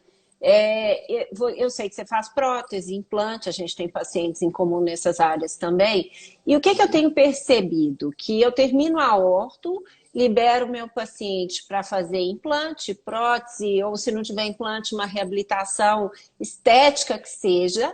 E esses meus pacientes, eles quase que 100% saem desse processo reabilitador com uma placa. Tá? E eu sei isso porque eles voltam em mim perguntando se essa placa pode ser a contenção ortodôntica. Normalmente sim, porque eles já estão usando uma contenção só para dormir. Por que essa indicação tão frequente da placa pós-reabilitação? Isso é uma moda ou tem algum embasamento? Essa pergunta é excelente. Aí eu volto na síndrome de deficiência de acrílico, né? Não tem indicação, Silvia. Eu acho que assim, né? Não, é o medo de fraturar alguma coisa. Eu acho que é isso também. Alguma coisa pode condenar o indivíduo a ter que usar uma placa o resto da vida. A placa não é confortável, né? Você dormir Mas se ele precisa de uma contenção, então eu não posso usar a minha contenção de acetato, por exemplo, de 1 milímetro, de 2 milímetros? Ele só precisaria, olha só como é que é delicada a situação, e você foi em cima do problema, né? Como sempre, excelente pergunta. Ele vai usar a placa se ele tiver um bruxismo. Ah, ele pode ter um bruxismo. Não, vamos trabalhar o diagnóstico. Sim, Ele tem um saber bruxismo. por que ele tem um bruxismo. Porque a única razão para ele usar essa placa durante o sono é se você pensar num bruxismo do sono. E aí o bruxismo do sono ele vai ser primário ou secundário. Você descartou o bruxismo secundário, eventualmente ele vai ter um episódio de bruxismo pelo estresse, uma ansiedade. Isso é pontual, usa a sua plaquinha. Agora, faz a sua placa com os contatos distribuidinhos, uma espessura um pouquinho maior para ela não perfurar, né? Porque ela é muito fininha, ela perfura, e usa só a sua placa, não tem indicação da Que aí, outra. nesse caso, aí voltando na pergunta da Maria Helena, pode ser a de acetato 2 milímetros, então. Tranquilamente, tá? Tranquilamente. 2 milímetros é bom para que ela possa ter uma espessura maior e evitar as perfurações. Sim, Mas sim. nenhum problema. Quando a gente pensa em proteção dentária, 2 milímetros é suficiente. Quando a gente pensa em proteção articular, a gente tem alguém falando aqui, ortodonto, tribunas detemos além do Não, é a 19. próxima pergunta. Não, Ah, tá, porque me tampou vai aqui. Bom, aparecer. Isso. tá. Então, acho que para proteção dentária, 2 milímetros é suficiente. Para proteção articular, que a gente pensa na placa mais espessa um pouquinho, 3 milímetros para abertura de espaço articular. Tá? Ok, Mas de uma forma bem ótimo, objetiva, a sua resposta é sim, pode ser a sua. ótimo. Vamos lá, então as perguntas aqui vai aparecer da doutora Mariane. Existe mais algum tratamento ortodôntico que contribui para uma DTM além dos elásticos? Então, o que a gente pode fazer na orto que pode desencadear um processo de DTM? Ô, Silvia, toda mecânica bem conduzida, ela não é fator de risco, tá? O problema que você tem que ver é que muitas vezes o ortodontista entra com a mecânica, mas ele não tem a menor noção se o paciente tem algum sinal sintoma, né? Não tentou avaliar ATM, se tem biomecânica, se tem dor muscular. Se o paciente não tem sinal, sintomas de DTM, você tem algumas mecânicas que podem aumentar um pouco o risco. Por exemplo, elásticos intermaxilares. Todas as vezes que você aumenta a pressão intraarticular, você aumenta o risco desse disco poder escapar um pouquinho, né? Você não vai deixar de usar o seu elástico por essa situação. Mas palpe a TM antes, verifica com meio quilo de pressão se não tem dor, se ele tem uma abertura entre 36 a 45 milímetros, se ele tem ausência de som articular, se ele não tem dor muscular, e aí você pode trabalhar tranquilo. As mecânicas de avanço mandibular são mecânicas sempre favoráveis, né? Sim. As mecânicas que levam a mandíbula para posterior são as mecânicas que a gente tem que ter mais cuidado, porque a região posterior da ATM é onde tem o tecido retrodiscal. O tecido retrodiscal é altamente vascularizado, altamente inervado. O revestimento da cabeça da mandíbula, o revestimento da fossa mandibular é fibrocartilagem, ela é resistente, ela tem boa capacidade de adaptação. Então, se você trabalhar com forças leves, moderadas, com mecânicas suaves, me adapta bem demais. Não se preocupem tanto com esse tipo de intervenção nos pacientes saudáveis. Você só vai identificar se ele é saudável se você fizer um exame prévio, né? A Patrícia, que é sua aluna, minha amiga querida, beijo, Pati. Ela está falando dos pacientes com hipermobilidade. Quando eu identifico um paciente meu ortodôntico com hipermobilidade, ele tem um risco maior de DTM? A hipermobilidade, ela pode ser local, só TM, ela pode ser sistêmica, e a hipermobilidade ela tem um risco maior para lesões das articulações. Para TM, a abertura máxima é quando a cabeça da mandíbula alinha com o tubérculo articular. A hipermobilidade ele vai além do tubérculo.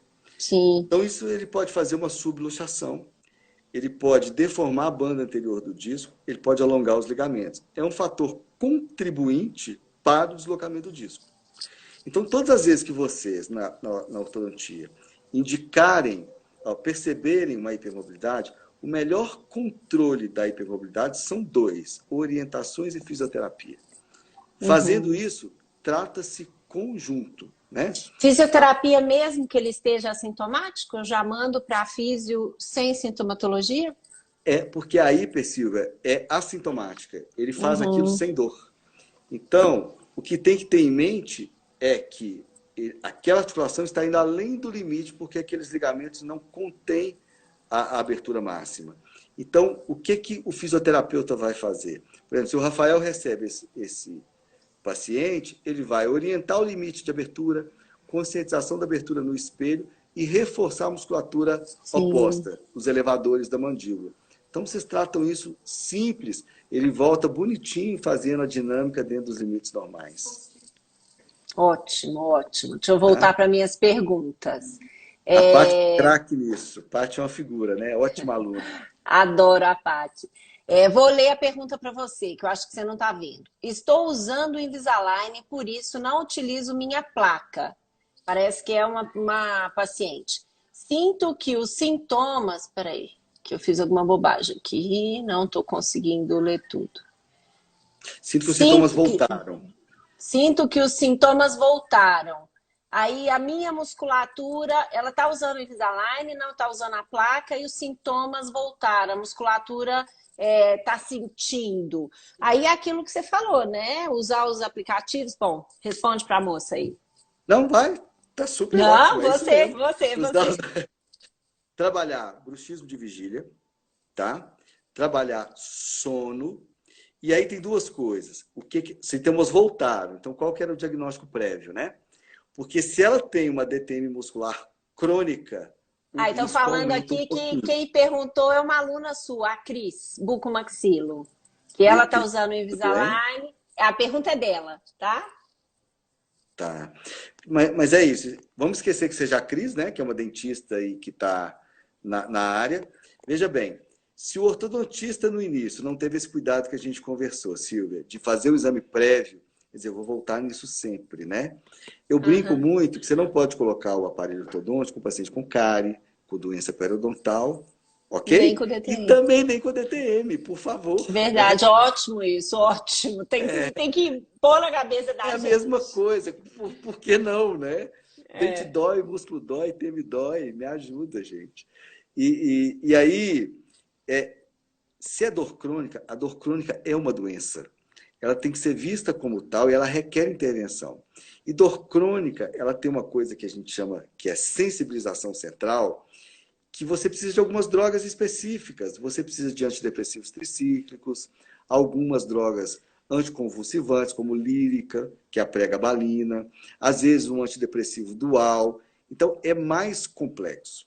Esse paciente, é muito comum ele ter comorbidade de distúrbio do sono. Então, ele tem que ter um cuidado a mais. Talvez o tratamento em conjunto. E o que eu quero dizer é que é um problema mais central, não tão periférico para se resolver só com placa. É. Então, talvez o retorno da outra placa não seja o essencial. Agora, se é E uma dor talvez aguda, a Cris tem que ir para fisioterapia, por exemplo, né? Pode ser. também em conjunto com o tratamento ortodôntico. Então, eu não estou contraindicando o Invisalign para esses pacientes, mas esses pacientes precisam ser vistos de uma forma diferente, com mais cuidado, com mais critério e trabalhar com o ortodontista. Bom, quanto tempo é o seu tratamento estimado? Ah, 1 ano e meio. Então, peraí, então nesse 1 ano e meio nós vamos fazer isso, isso e isso. Como é que está o seu estado de dor hoje? Está controlado? Como é que está o sono? Está bem. Bruxismo de vigília? Está bem. Então, nós vamos reforçar o aplicativo, nós vamos trabalhar a higiene do sono, nós vamos estar usando um bom fármaco de modulação central, tem um programa de fisioterapia combinado, vai para o seu tratamento ortodôntico com o Invisalign, depois você usa uma contenção de 2 milímetros para te dar uma estabilidade também melhor na musculatura e na articulação e ficar feliz da vida, com os dentes bonitinhos, Assintomático. E o sorriso assintomáticos, bonito. né? A Renata, minha amiga, está pedindo indicação de um fisioterapeuta em São Paulo. Depois você passa aí para mim que eu passo para ela, ok? Passo, vou pensar nisso aqui, de imediato eu não tenho. A Rita, que é uma amiga também lá de São Paulo, está perguntando em casos de degeneração, de células degenerativas na articulação. Imagino de reabsorção condilar. Qual seria a conduta? É uma aula de 8 horas. É a aula da doutora Silvia É a Reis. aula da doutora É uma pessoa Silvia. para trabalhar sobre isso.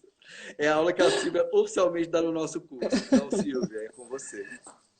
Não, Ritinha, aí nesse caso tem que avaliar o tipo da degeneração, né, que o paciente tem, o tipo de reabsorção condilar. Nós temos reabsorção condilar primária, secundária, e se esse paciente é sintomático e está num processo agudo, tem uma série de tratamentos que ele pode fazer, que começa tem medicamentos, a própria viscosuplementação, que o Eduardo já falou para a gente, a fisioterapia, e se é um processo progressivo grave, algumas vezes esse paciente vai ter que ser submetido à cirurgia ortognática.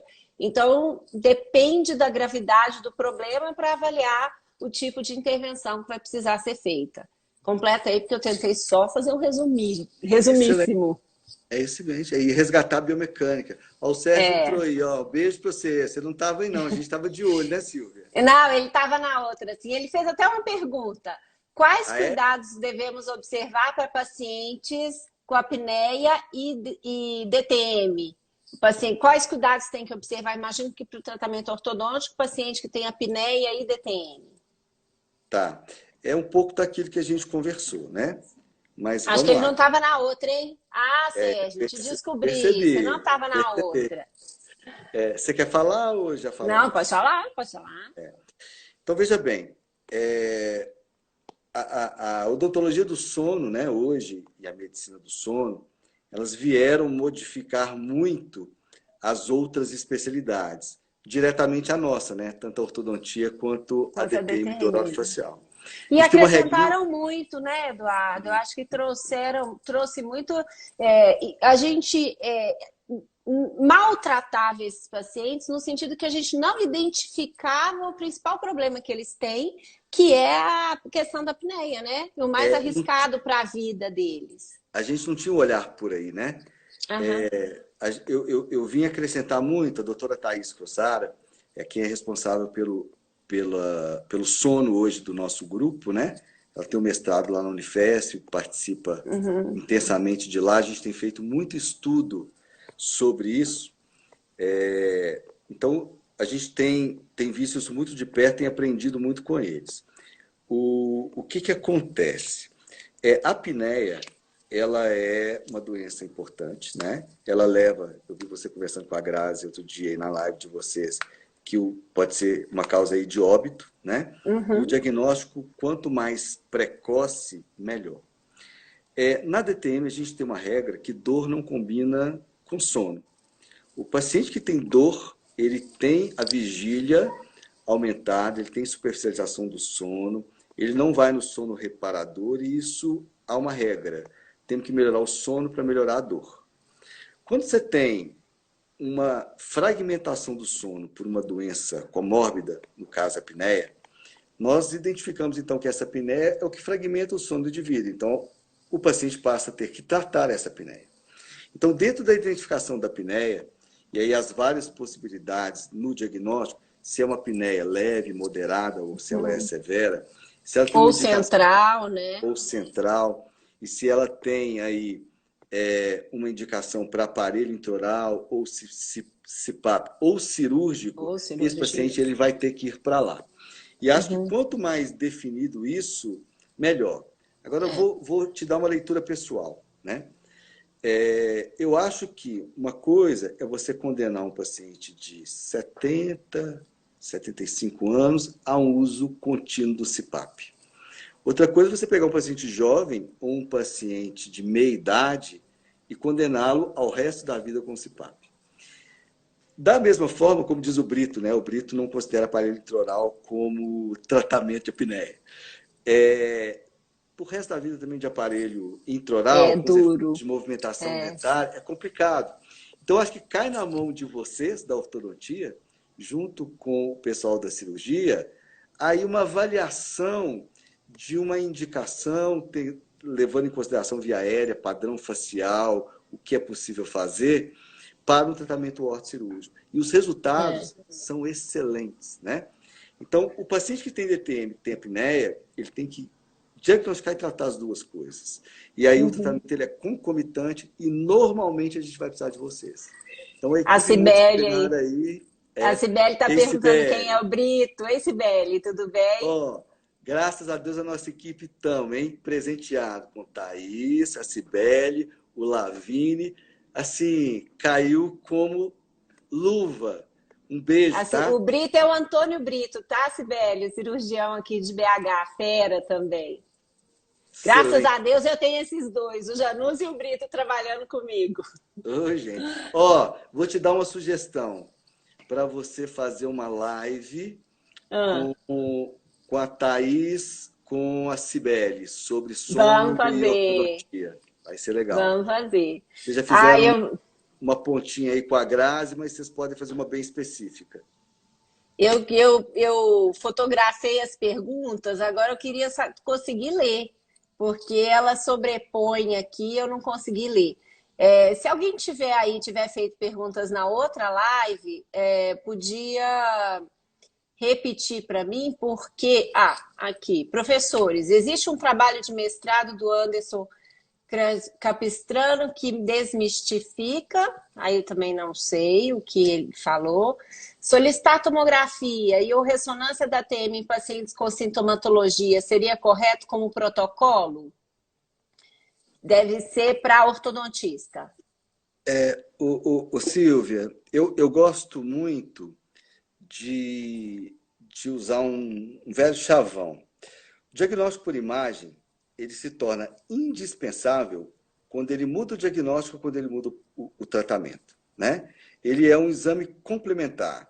Então, acho que de acordo com a dúvida do avaliador, ele se torna dispensável ou indispensável.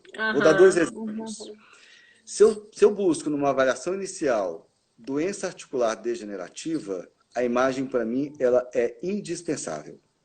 Se eu tenho um paciente com estalido da TM assintomático, eu tenho uma tomografia, eu não vou pedir uma ressonância para ver forma e posição do disco, porque eu não vou trabalhar a posição do disco. Então, eu não vou pedir uma ressonância para poder verificar a morfologia do disco. Posso até pedir uma ressonância para ver a alteração estrutural e para ver a posição e a forma do disco. Abrindo mão, por exemplo, da tomo, que seria o padrão ouro para alteração óssea estrutural, De forma. principalmente de forma. Ok? Então, eu Ok. acho que para o tratamento ortodôntico inicial, pelo menos uma tomo, da mesma forma e o cuidado que vocês olham para periodonto, eu acho que seria uma boa eleição. Claro que teria as indicações e restrições. A Márcia está perguntando qual o principal, né? Óbvio que eu acho que você deve ter um arsenal disso, mas quais são os principais anti-inflamatórios e, peraí, anti-inflamatório e relaxante muscular da sua eleição?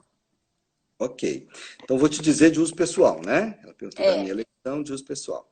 É assim, vamos considerar, então, as artralgias leves ou moderadas, tá? Ou seja, a dor na TM, onde você identificou que ela é leve ou moderada. Para vocês, na ortodontia, eu gosto de um anti-inflamatório que ele tem bom efeito analgésico e bom efeito anti-inflamatório. E aí a gente tem não seletivos da COX-2, o tenoxicam, que é também o tilatil. Você pode fazer uma dose, ele é 20 miligramas, de 20 a 40 miligramas dia, ou seja, 12 horas, e pode utilizar para as artralgias leves em torno de 10 dias, para as moderadas ou severas 10, 15 dias, tá? Tomando cuidado de avaliar se o paciente não tem nenhum desconforto gástrico. Outro anti-inflamatório bom é o naproxeno, naproxeno de 500 miligramas. Pode ser feito da mesma forma, de 12 em 12 horas. E um outro que eu gosto muito também é o cetoprofeno, que é o Profenid. Então, ele pode ser feito o retarde, você usa normalmente um ao dia, ou você pode usar o 100 miligramas, que pode ser até 300 miligramas dia, ou seja, ele pode ser de 8 a 8 horas. A forma 12 em 12 é mais confortável, né? Menos uhum. tomadas ao longo do dia. Então, acho que esses três anti-inflamatórios, eles são muito bem tolerados e são muito efetivos. Para os pacientes de uma artralgia severa, eventualmente a gente usa os corticosteroides. Então, o corticoide do tipo via oral, né? A gente tem aí o Meticortem de 20 miligramas. Você pode fazer 20 miligramas a 40 miligramas dia e corticoide normalmente numa tomada única pela manhã. 5, 7 dias, normalmente tem um bom efeito potente anti-inflamatório para as artralgias. Tá? Então, aí deixei... E o relaxante muscular seria o Miozan noturno? Vamos lá. Considerando os pacientes adultos, né? O Miozan ele tem algumas características que ele se torna de primeira escolha. A ciclobenzaprina, que é o Miozan, aqui no Brasil a gente tem ele de 5 e 10 miligramas, lá em Portugal ele só tem a forma 10 miligramas. Ele tem algumas características. Estruturalmente, Silvia, eles são muito parecidos com os antidepressivos tricíclicos. Uhum. E os tricíclicos são de primeira linha para tratar dor crônica. E eles têm uma característica de devolver um padrão de sono reparador, que é o sono N3. Mas tem que ter cuidado para o paciente não ter apneia, porque senão pode agravar a apneia desse paciente. Nossa, normalmente isso a gente se faz uma dose baixa. Então, para quem, por exemplo, tem um sono considerado normal, meio comprimido de 5 miligramas, 2 horas antes de dormir. Porque a ciclobenzaprina não é aquela medicação que você toma e tem sono. Mas se você toma na hora de deitar, você vai ter um sono residual de manhã. E o sono é uma delícia, né? Gostoso, bom demais. E para quem tem um sono ruim, descartando a apneia, pode ser 5 miligramas. 10 miligramas, na maioria dos indivíduos, dá muita sonolência, tá? Então, ter cuidado na prescrição de 10 miligramas. Mas lá em Portugal tem que dar meio comprimido, então, só. Meio comprimido, porque não tem a forma de 5 miligramas. Então, normalmente, a medicação de eleição, por ser um bom relaxante muscular, melhora muito os pacientes de dor crônica e melhora muito a qualidade de sono. E melhorando a qualidade de sono no bruxismo primário, tende a melhorar e a diminuí-lo, tá? Ótimo. Olha para você ver, tem uma perguntinha, porque agrava a apneia, porque aumenta o risco do relaxamento muscular e aí questão de diminuir a via aérea, né? Sim, relaxa, né? Os pacientes de apneia podem piorar, porque você pode aumentar o bruxismo secundário. Uhum. Aqui o Instituto Nassif colocou, que eu não estava conseguindo ler tudo, que o trabalho do Capistrano, que é o Anderson, amigo de Recife, não encontrou associação entre portadores de apneia e os pacientes dólico-faciais. É porque é multifatorial, né? Tem vários fatores que podem estar relacionados com a causa da apneia. Gente, alguém tem alguma pergunta? Lembrando que o Miozan tem contraindicações sistêmicas também, a Adriana Bicalho colocou. Isso, glaucoma de canto de olho, você tem que ter cuidado com hipotensão ortostática, né? Vai levar um pouquinho de boca seca, então tem algumas questões disso, mas doses pequenas normalmente são muito bem toleradas. Eduardo, já estamos chegando em 1h40 de live. Então, tá bom, né? A nossa conversa. Aqui tá faltando a cervejinha, o vinho, né? Que a gente costuma tomar enquanto conversa. Eu podia chamar todo mundo. Gente, se não tiver mais alguma pergunta, eu vou te agradecer, Eduardo. Adorei conversar com você. Como eu comecei essa conversa, para mim é um prazer sempre estar com você, com a Grazi, receber vocês na minha casa. Tô doida para acontecer isso de novo. Você sabe que eu adoro beijar, adoro abraçar, adoro receber. Verdade. E tô morrendo de saudade disso. Tô morrendo de saudade de receber vocês. Nós também. E estamos aí a todo vapor para Portugal. Estamos querendo já levá-la novamente. Vamos lá tomar vinho em Portugal, então. Isso com aí. Os amigos de Portugal. Andar de bicicleta com o Breno, fazer algumas coisas. Andar de bicicleta boas. Em Portugal, isso aí. E a gente vai também agora oficializar a sua ida lá no curso, se Deus quiser, agora em junho, tá? Vamos sim. As pessoas perguntaram do seu curso de DTM, o curso é só aqui em BH, não é? Passa aí para o pessoal. A gente tem o curso nosso DTM aqui em BH, ele acontece lá no Hospital Mater Dei, e a gente tem o curso lá em Portugal, né? E aqui no Brasil já tem muitos anos, mais de 20 anos. Portugal, nós estamos lá agora na nossa 8ª edição. Aqui no Brasil tem uma turma nova que vai começar agora em agosto. É um curso de especialização e de aperfeiçoamento. E a gente está com uma turma de imersão lá em São Paulo, junto com a doutora Maristela Lobo, lá na clínica dela, junto com o marido, que é o Roger. Então a gente vai fazer lá uma imersão de 2 módulos, né? Mas a casa-chefe é aqui. E também agora. Aqui o Rafael colocou neoncursos.com.br, é onde o curso aqui em BH, não é isso? É isso aí, tá? Apareceu agora, né, Rafa? Não, ele está desde o meio da